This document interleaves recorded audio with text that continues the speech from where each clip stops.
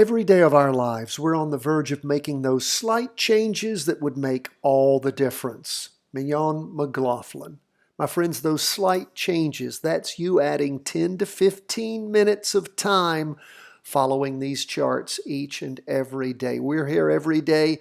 I find the time to do this, and it's a lot more than 10 to 15 minutes to put all this together, get it out, get it uploaded, downloaded, put out everywhere.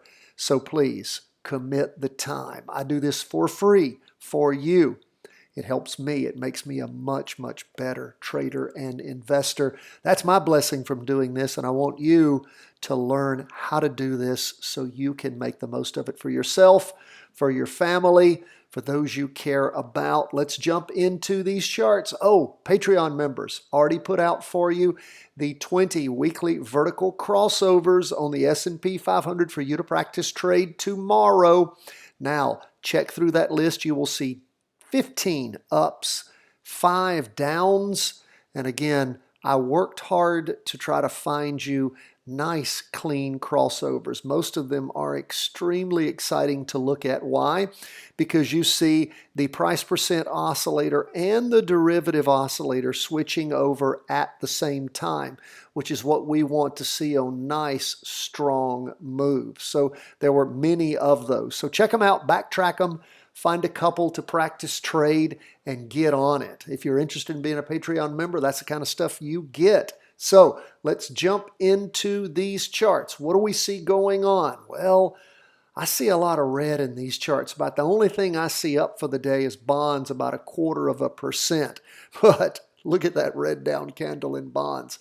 My friends, it looks like the market is quaking. And again, it's just, you know, we talk about the artificiality of everything. When you start adding 40% to the money supply in 1 year, I mean, my gosh, what do you expect? Well, let's look into these charts and see what's going on. The S&P down for the day 0.09%, Nasdaq down 0.07%, nothing like yesterday, but we do see the price percent oscillator bouncing off the red signal line. Looked like it was trying to move up. Now it's trying to move down.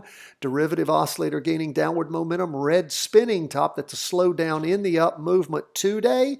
Boom. Look at what it's trying to do. Keep an eye on this tomorrow. You may have a 2-day recross going down. Might give you a jumping in point to short the S&P 500. Watch for that. Put that in your show notes today.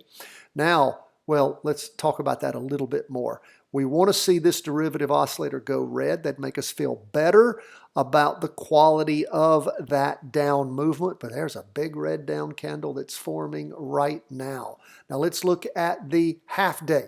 We can see where things really hammered down in the morning and then pull back a little in the afternoon to pair off some of those losses. Nonetheless, price percent oscillator still jacking down along with the derivative oscillator. So, you know, again, not doing so well, at least as we've moved through this week. Let's look at the Qs. I said that was down 0.07%. It's more negative than the S&P. We see the price percent oscillator spiking over, going down, derivative oscillator gaining downward momentum. Not a red open box candle, but a solid red spinning top. Lots of down movement there, some up movement too. And of course, as we look at the 2-day, we had that 2-day crossover there on Wednesday, rather unexpectedly, unless you were watching the market intraday or heard how much it was crashing. You had an entry point, of course, at the close of the market. Why? Because it turned over in a day. I mean, well, just started moving down. Now, again, we'll show you how we had a little portent of that. But nonetheless, quite surprising as how much it hammered down on Wednesday. Thursday, like we said, we've got a red down candle that is drawing on this 2-day. It will close out on Friday. Derivative oscillator has gone negative. Now, we saw where things were starting to move over on Tuesday morning and afternoon, but the real hammer down came Wednesday morning and then really Wednesday afternoon. Again, owned down hard Thursday morning and again pulled back a little bit in the afternoon. But that price percent oscillator and derivative oscillator still hammering down hard. So we talked about how we still had that overall hang of downward pressure. Why? Because this weekly has been down for a while, both on the Qs, the Nasdaq 100 and the S&P. So that is where we are. Keep your eye out tomorrow for a potential two-day recross going down on the S&P. The two-day recross occurred on Wednesday on the Nasdaq 100. What do we see with bonds? Bonds, the only bright spot, up 0.26%, but man, look at that red down candle for the rest of the week. Price percent oscillator spiking down, derivative oscillator heading down. Looks like we're headed toward a weekly vertical crossover down on 20-year bonds. So I'm pretty much expecting that unless bonds did something crazy on Friday. I'm thinking we're going to have a weekly vertical crossover going down. So that gives you an opportunity to short bonds if you so desire to practice trade that. What would be the play there? Well, either a put or TBF, Tango Bravo Foxtrot. What is that? Well, that is the inverse fund for 20-year government bonds. It's the short fund. It is again made up of derivative contracts that mimic the inverse of TLT.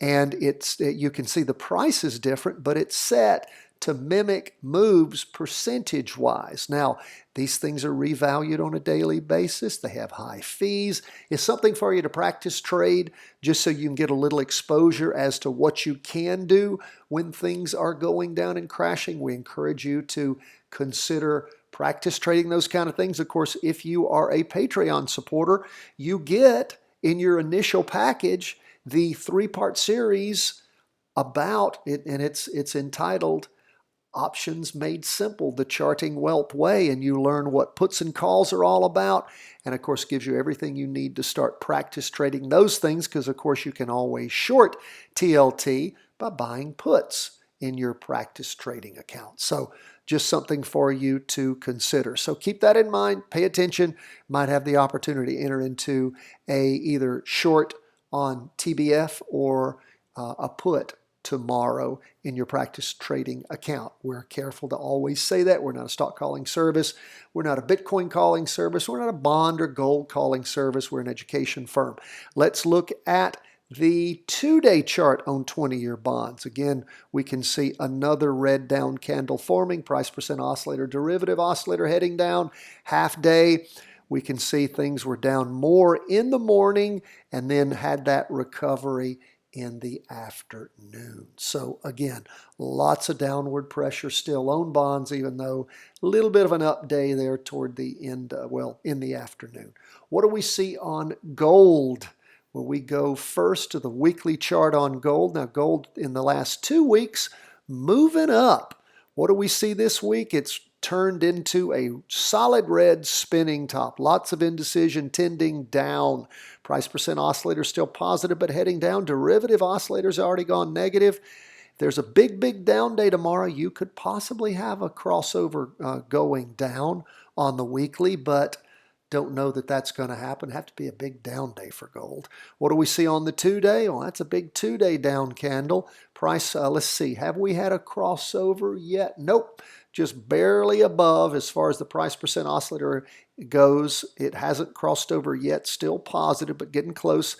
Derivative oscillator still in the green. Half day, we see it was down in the morning, a little further down in the afternoon. Derivative oscillator spiking down. Price percent oscillator heading down. Sometimes people say, well, Tom, when we start seeing stocks suffer, how come everything at the beginning tends to go down together? When you have deleveraging, people have to cover margin calls. They got to sell everything to try to go and support their margin calls, their stock positions. So you can initially see everything lose. Then what do you see gain back? Well, you might see bonds, you might see gold. And of course, our last account to look at is Bitcoin. Everybody who says, well, wait a minute, Bitcoin's inflation proof. Bitcoin's going to be the savior. Well, Bitcoin was down today 7.76%. So as far as Bitcoin being some kind of hedge, well, it ain't that right now, and it hadn't been that for many weeks. We've been talking about this for quite a while. Bitcoin peaked. And of course, you always seem to get all the advertising and all the push, everybody to buy everything. I always see that with gold. I know gold's reached its peak when all the gold bugs are on TV and on the internet doing their ads telling you it's now the time to buy gold. That is always the indicator to me that gold has peaked, because, and there's going to be a pullback, because all the fools are then rushing in to buy. That is what's so important about what we do here, is we can actually see what's going on. When you hear the ads, it's so fun to watch, and you hear everybody's getting into Bitcoin, everybody's going to be a Bitcoin billionaire, everybody's going to be a gold bug, and that always tends to happen right at the top. Well, remember, they're in mid-November, when, oh man, everybody's got to get, it's $68,000 a Bitcoin. Well, that was a peak, my friends. Of course, it started rolling over the week of the 19th of November, accelerated the week ending the 26th of November, and then on into December, and down, down, down, slid sideways a little bit around Christmas time, and then the acceleration down has continued. I can't wait for it to bottom out and move back up. We were hoping the 50-period moving average line, it stayed right there for a little while, but apparently it was just digesting those losses and then rolled over again. That's okay. We had no indicators telling us to get in. We were hoping, but we weren't acting. Why? Because the charts didn't tell us to. That's what this is all about. People ask me, why is technical analysis, why is charting so valuable? Because it shows you what's actually going on. You don't have to listen to the clowns on the news. You don't have to watch their commercials. You don't have to see the people lined up to tell you one thing and then the complete opposite with the next guest, and then the complete opposite or something completely crazy by the third guest, and all the graphics and the breathless reporting.